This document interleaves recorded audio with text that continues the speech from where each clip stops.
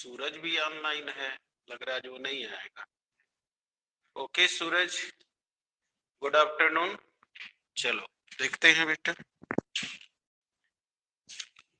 बोलो कल कहाँ तक हुआ है? कल तुम भी नहीं आए थे। शाबाश, और समूह का भी पता नहीं है। इतना चलो ठंडा में सब घर हैं और कब चला जाए बेटा। हाँ हाँ बेटा बैठ जाइए। तो अभी हम टॉपिक पे आ रहे हैं, कल का जहाँ तक। तो कल जितना लेक्चर हुआ बेटा, कोई डाउट्स है? ओके बेटा, तो पे कल चल रही थी, है ना, परमानेंट टिश्यू। हेडिंग डाल के छोड़ दिया गया है। तो चलो अब बात करते हैं। लिखो, इस ऊतक का निर्माण, इस ऊतक का निर्माण, चलो बेटा चलो, परमानेंट टिश्यू की बात हो रही है। कल की यही ना हेडिंग है, परमानेंट टिश्यू यानी स्थायी ऊतक। दे दो। इस ऊतक का निर्माण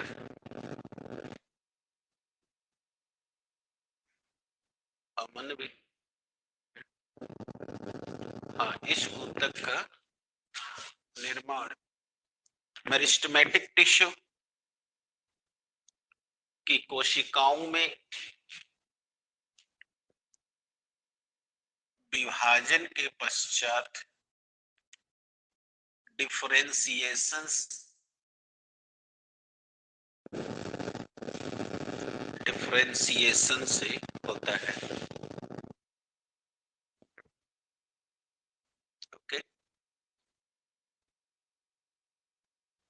डिफरेंशिएशन से होता है। कल मैंने समझाया था ना आप लोगों को कि पहले सेल डिवाइड होती है, इसके बाद उसको जिस कार्य के लिए उपयोजित कर दिया जाता है वह उसी के,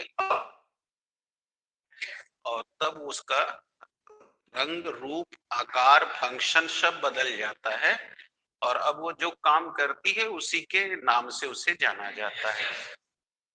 So that's why on yesterday I have taught you, whenever the cell division take place, so after the formation of the new kind of the cell, each cell, what kind of work they are doing, they are participating, according to that they will be just adopted in the same way, start to do that kind of work by which they are tones, so they become differentiate to one another. तो ये है इसके पीछे की कहानी कि पहले division होती है, होता है, और तब जाके वो जिसके लिए बनेगी वही कार्य करने लगेगी। तो लिख लीजिए, डिफरेंशिएशन से होता है। हो गया। परमानेंट टिश्यू की सेल्स लिविंग लिविंग वो बुक ले गए थे बेटा, तो वहीं रखे ना जहां से लाए थे। लिविंग सेल्स या डेड सेल होती है, और इनकी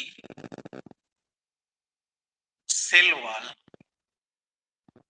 इनकी सेल वॉल थिन या थिक हो सकती है, थिन या थिक हो सकती है, राइट है। अतः इनकी कोशिका के स्ट्रक्चर के आधार पर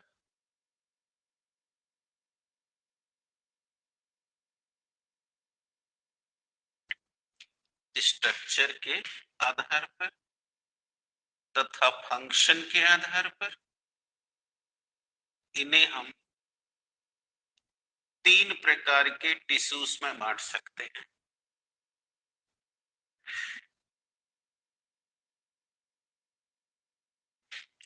टिश्यूज में बांट सकते हैं। आया?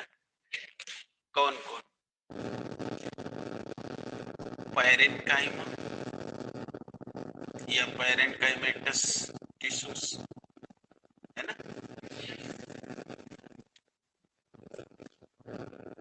पैरेन्काइमेटस टिश्यूज जिसे हम मृदुतक कहते हैं हिंदी में, राइट है। इसी को पैरेन्काइमा भी कहा जाता है। दूसरा कोलेनकाइमेटस टिश्यू या कोलेनकाइमा,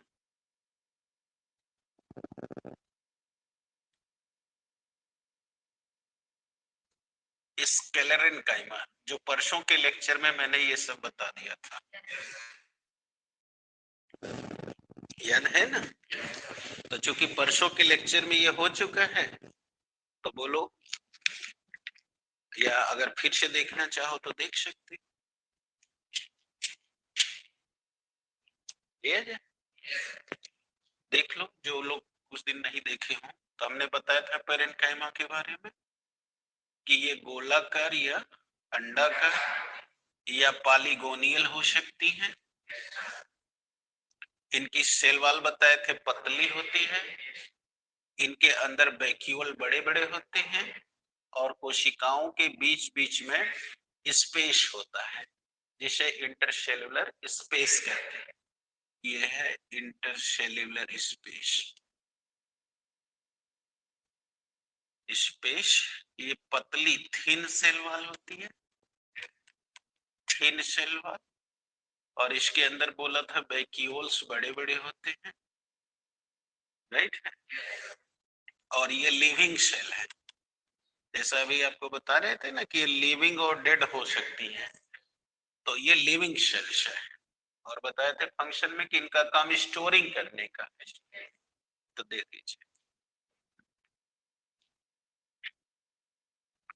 पैरेन्काइमा सेल जीवित कोशिका होती है।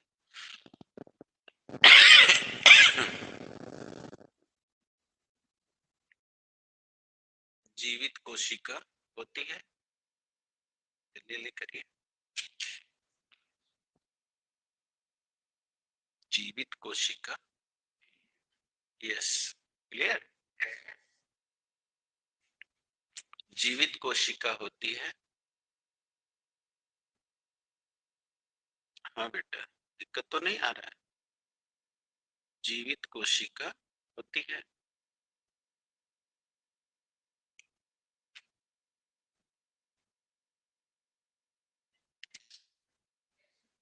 इनका आकार, इनका आकार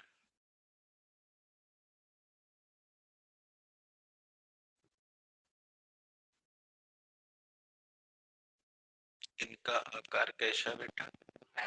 गोलाकार, ठीक है, या अंडाकार? गोलाकार या अंडाकार, ठीक है, या बहुभुजाकार? बहुभुजाकार हो सकता है। टेस्ट लिख लीजिए देख करके। इनकी सेल वॉल थिन होती है,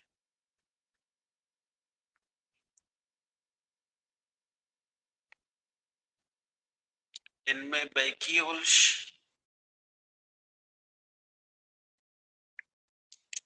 बड़े होते हैं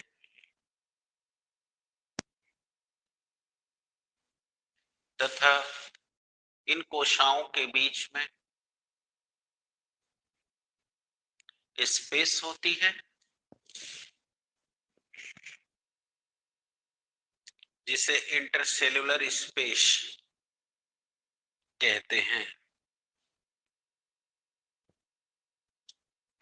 इंटरसेल्युलर स्पेस कहते हैं, राइट है। अब इनके फंक्शन दे दीजिए। फंक्शन यानी कि कार्य।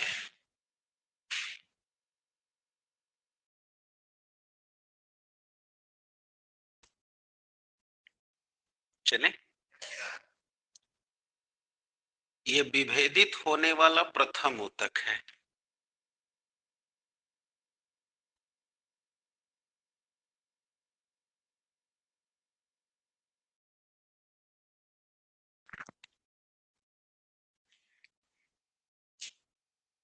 इसका कार्य फैट,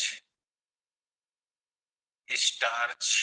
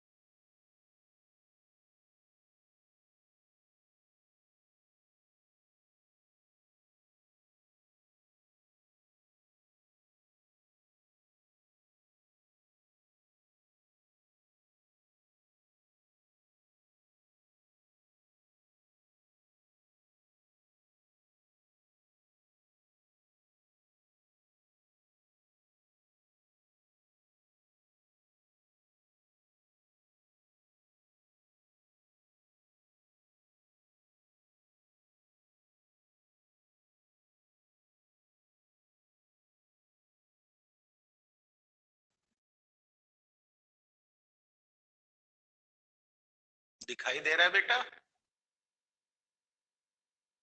ऑनलाइन बच्चों बताओ, दिखाई दे रहा है, सुनाई भी दे रहा है?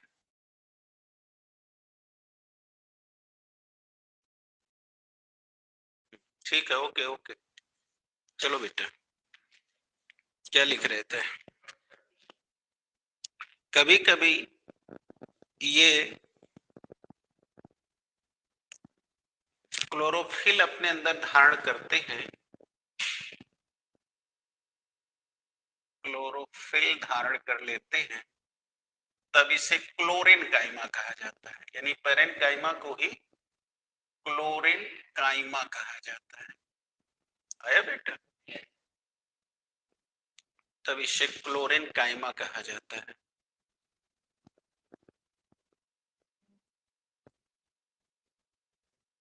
It's okay. तो ये हो गया। अब क्लोरीन काइमा हो गया तो इसका काम क्या है? फोटोसिंथेसिस करना, और तब ये फोटो सिंथेसिस की क्रिया में भाग ले लेती है।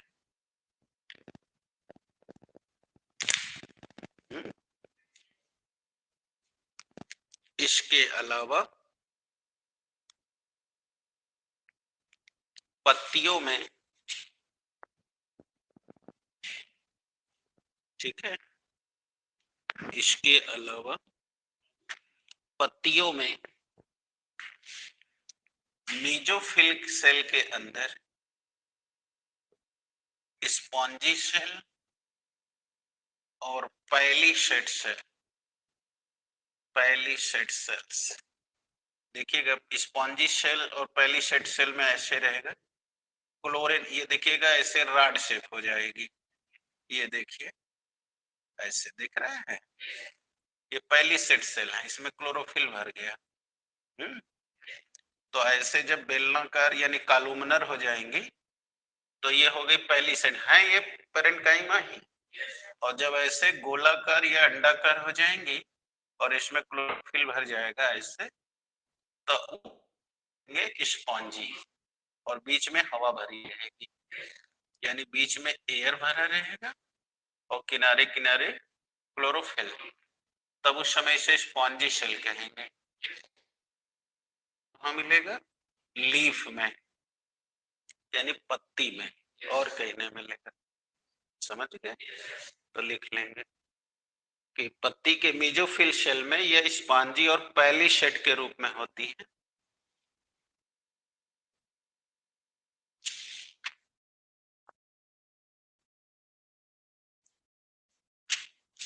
पैलीसेड के रूप में होती है, लिखे। जहां पैलीसेड में ये कॉलमनर यानी स्तंभाकार हो जाती है,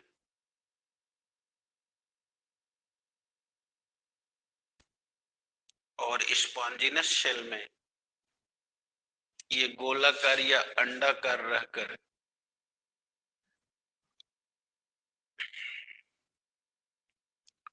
बीच में हवा के कारण फूल जाती है। जैसे स्पंज नहीं देखते हो फूला रहता है, वैसे, इसीलिए तो स्पॉन्जी कहते हैं।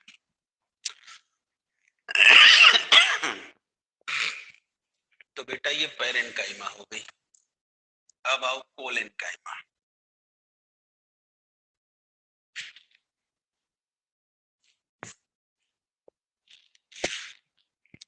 अब कोलेनकाइमा देख लो, कोलेनकाइमा या कोलेनकाइमेटस टिश्यू।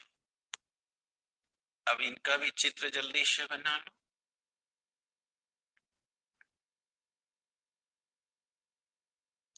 और अब ये देखो इनके बीच का जो ये स्पेस है जिसमें इंटरसेलुलर स्पेस था, अब वो लिग्निफाइड हो गया, इसमें लिग्निन भर गई। तो बोलो अंतराकाश जो बन रहा था इंटरसेलुलर स्पेस, अब वो गायब हो गया, है ना? देखो ऐसे। अब इस तरह का जब हो जाएगा तो अब इसमें दो बातें होंगी। एक तो इनका ये जो सेल वॉल देख रहे हो, अब ये थिक हो जाएगी, तो यहाँ लिख देंगे थिक सेल वॉल। और अब जो इंटरसेलुलर स्पेस था, अब उसमें लिग्निन भर जाने से वो स्पेस खत्म हो गया। और अब इसमें जो वैक्यूल्स हैं, वो वैक्यूल्स बेटा अब छोटे आकार के हो जाएंगे, और बाकी हिस्सा में प्रोटोप्लाज्म जो है बिखरा हुआ रहेगा। अब इससे क्या फायदा हो जाएगा कि इसकी सेल वॉल थिक और लिग्निफाइड हो जाने से अब इसमें मैकेनिकल सपोर्ट आ जाएगा, यानी कि ये मजबूत हो जाएगी और तने को यांत्रिक सहारा देगी, जिससे तना अपने वजन को सह सके और खड़ा रह सके। तो ये इनकी विशेषता है। अब जल्दी से बना लो तो नोट कर लो। हाँ लिखो। इस प्रकार की कोशिकाएं भी गोलाकार, अंडाकार यानी कि राउंड शेप हो सकती है, ओवल शेप हो सकती है, गोलाकार या अंडाकार या पॉलीगोनियल। यानी आपको अगर ध्यान से नहीं देखोगे तो इसको भ्रम हो सकता है कि पैरेन्काइमा है, क्योंकि उसमें भी ऐसा ही है, बस केवल ये स्पेस नहीं रहेगा, यहाँ उसमें रहेगा। इसलिए ध्यान से न देखने पर पैरेन्काइमा को कोलेनकाइमा भी समझ सकते हो। कोलेनकाइमा को आया समझ? तो लिख लो, ये राउंड शेप या ओवल शेप या पॉलीगोनियल होती है। वो लगाए मोबाइल, ये लियो, ये बाद में देखेंगे, पहले वो लगाओ। तो लगा लोगी कि नहीं आता है? नहीं लिया हम उसको लगा देते। बोलो बेटा, लिखे राउंड शेप या ओवल शेप या पॉलीगोनियल होती है, ठीक है। इनका सेल वॉल थिक होता है,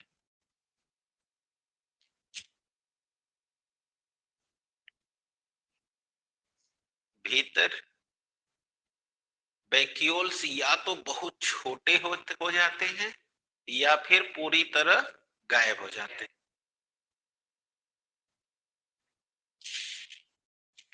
या पूरी तरह गायब हो जाते हैं। उसका कमरवा दे दिए उसको, भूले नहीं ना। क्या लिखे बेटा? गायब हो जाते हैं।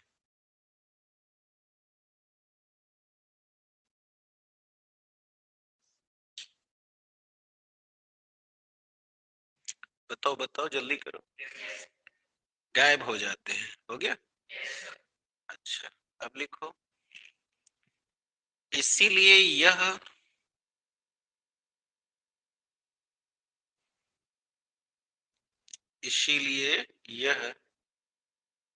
हो गया, दृढ़ होती है,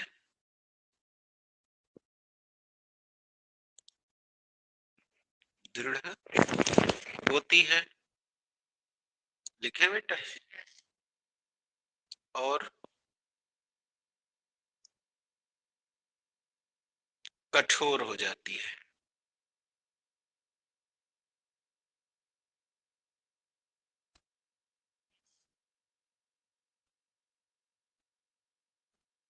ठीक है, इसको पहले से रख लेना, समझ गए ना? चेक कर लेना। हाँ, क्या हो जाती है?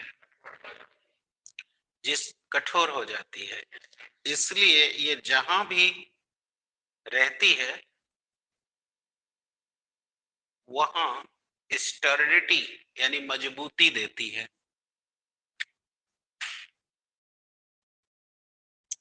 स्टर्डिटी देती है, मजबूती। अतः इस प्रकार की सेल सबसे ज्यादा स्टेम में पाई जाती है।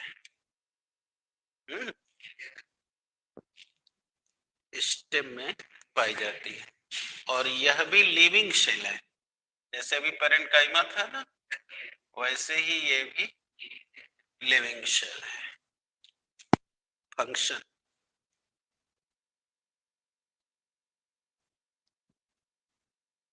फंक्शन दीजिए।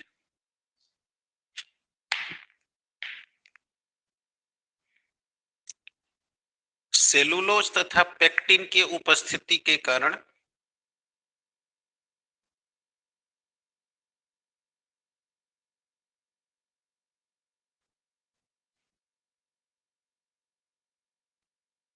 सेल्यूलोज तथा पेक्टिन की उपस्थिति के कारण इन ऊतक की कोशिकाएं वाटर स्टोरिंग का काम करती हैं। वाटर स्टोरिंग मतलब जल संचय करने का काम करती है। दूसरा दीजिए, ये पौधे को मैकेनिकल सपोर्ट देता है, तो पहले ही बताए थे।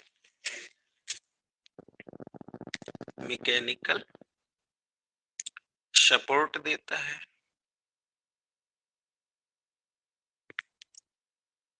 हो गया। लिख लीजिए, विशेष परिस्थितियों में यानी कि स्पेसिफिक कंडीशन में, विशेष परिस्थितियों में इनमें सेल डिवीजन भी होता है। सेल डिवीजन भी होता है, यानी कोशिका विभाजन। सेल डिवीजन भी, यस, आगे सेल डिवीजन भी होता है। आया बेटा? तो ये कार्य है इनका। अब चलिए तीसरा, स्क्लेरन काइमा।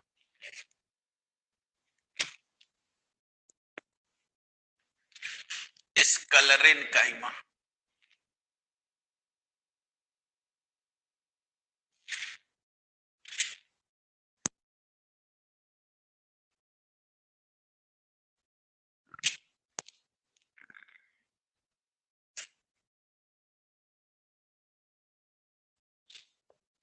स्क्लेरन काइमा। अब देखे हैं इन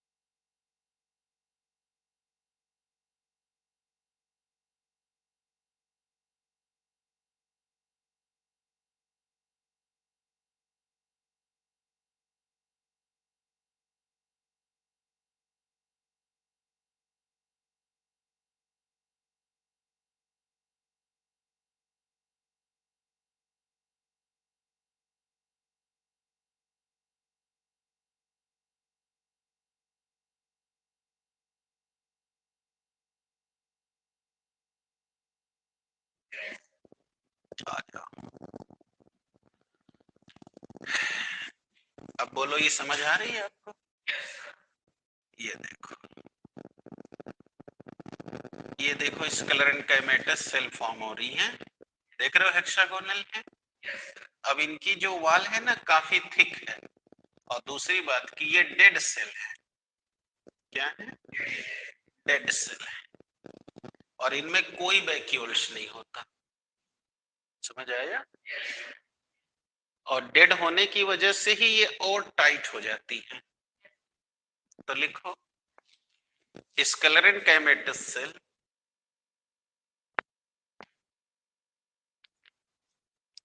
डेड सेल है।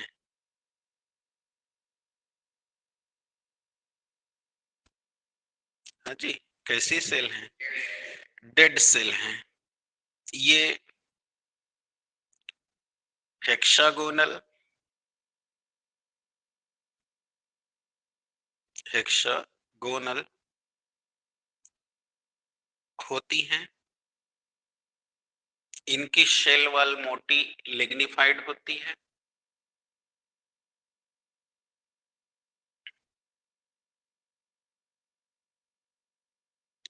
लिग्निफाइड होती है, ठीक है।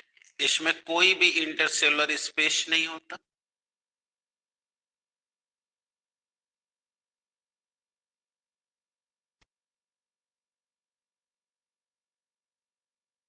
इंटरसेलुलर स्पेस नहीं होता, ठीक है। ये निम्न कार्य करती है।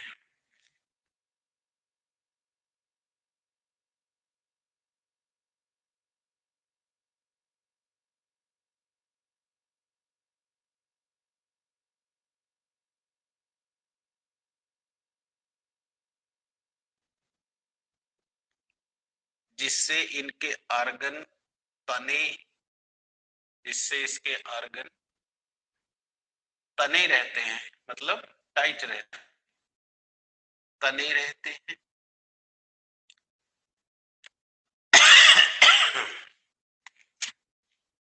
है ना?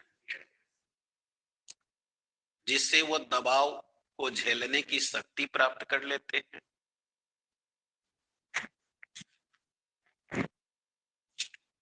नेक्स्ट,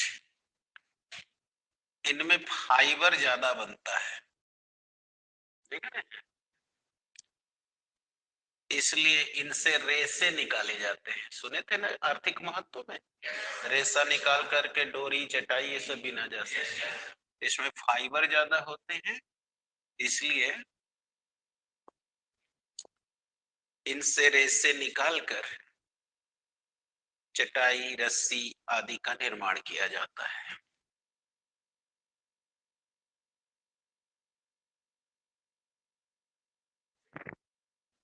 हो गया? इस प्रकार, अगला पॉइंट, इस प्रकार की टिश्यू सबसे ज्यादा उन पौधों में मिलती है जो पौधे कम पानी वाले क्षेत्र में उगते हैं।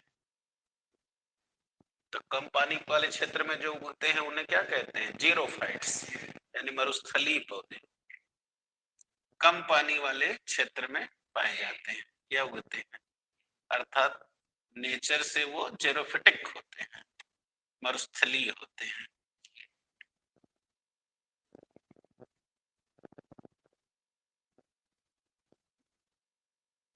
ओके, इसलिए ये कोशाएं वहां उन्हें ट्रांसपिरेशन यानी वाष्पोत्सर्जन, ट्रांसपिरेशन यानी वाष्पोत्सर्जन की रेट को कम करने में सहायक होते हैं।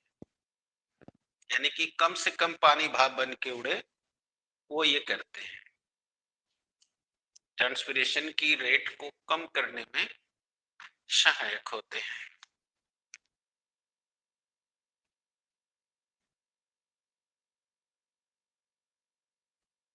अब ठीक बात है। तो बेटा ये था सिंपल टिश्यू, जिसे हमने बांटा था, ये हमने बांटा था इसको पेरेन्काइमा, कोलेन्काइमा और स्क्लेरेन्काइमा। अब इसके बाद दूसरा तुम्हें याद होगा कॉम्प्लेक्स टिश्यू था। तो अब आओ कॉम्प्लेक्स टिश्यू की बात करें।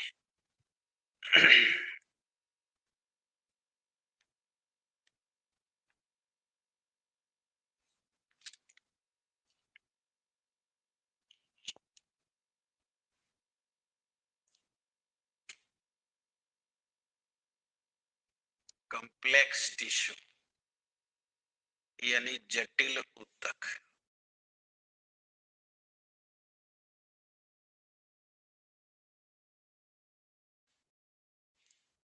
जटिल ऊतक, ठीक है। अब तुमको उस दिन मैंने बताया था बेटा कि ये जो ऊतक हैं ये एक समूह में मिलकर संगठन में काम करते हैं, यानी एकलौता नहीं रहेंगे। हाँ, मिलके एक संगठन की तरह एक काम करेंगे, यानी कि उनमें काम बटा हुआ है, इनका काम ये है, इनका काम ये है, और मिल के उसको अंजाम देंगे। अर्थात आप समझ गए हो कि ये पौधे के लिए काफी महत्वपूर्ण है। तो लिख दो, इस प्रकार का ऊतक एक से अधिक कोशिकाओं से मिलकर बने होते हैं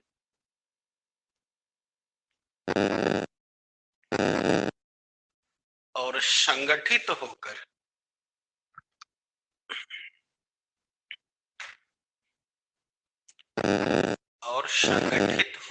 यानी ऑर्गेनाइज होकर वह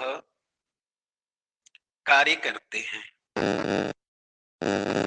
अब मैंने पिछले दिन वर्गीकरण में दिखाया था कि ये दो प्रकार के हैं,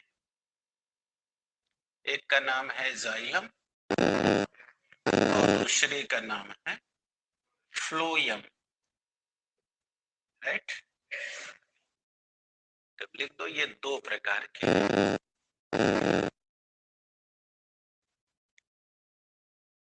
ये दो प्रकार के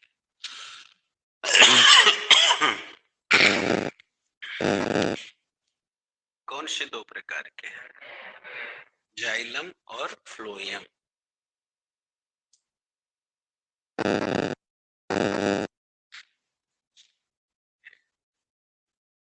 अब सही है, जाइलम और फ्लोयम। एक एक करके ले लो।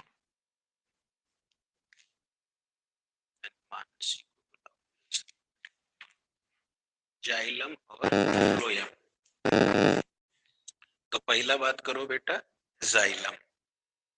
तो तुम्हें बताए थे ना कि जाइलम का काम है जल अवशोषण करना। तो समझ लो तब लिखना, तब तक आ जाएगी वो।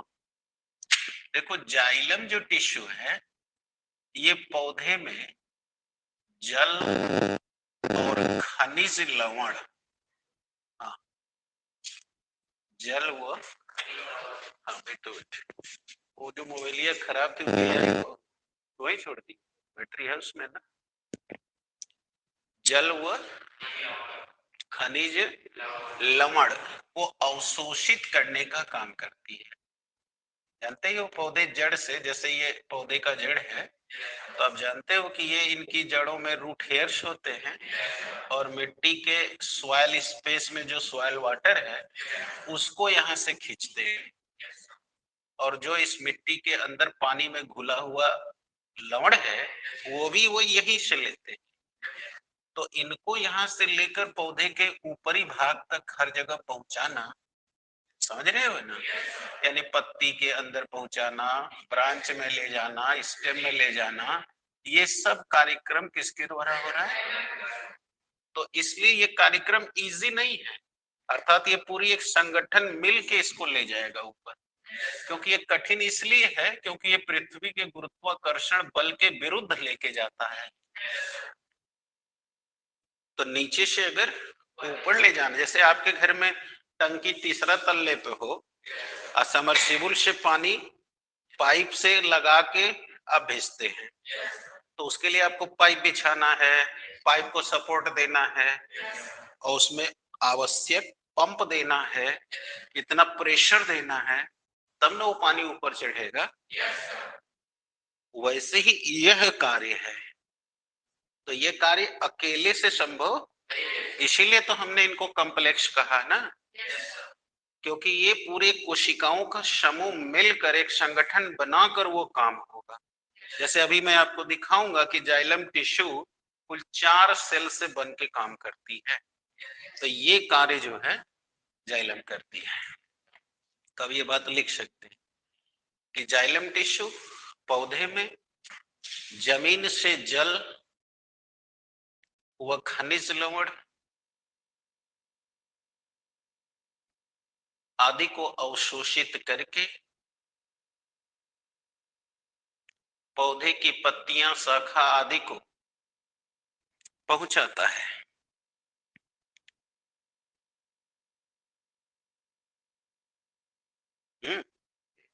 आदि को, और साथ ही इसे मैकेनिकल सपोर्ट भी देता है ना, मैकेनिकल। इसी ऊतक को जाइलम टिश्यू कहते हैं।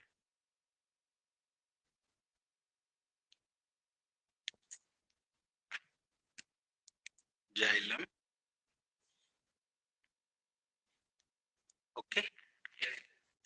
यदि इसकी संरचना का अध्ययन करें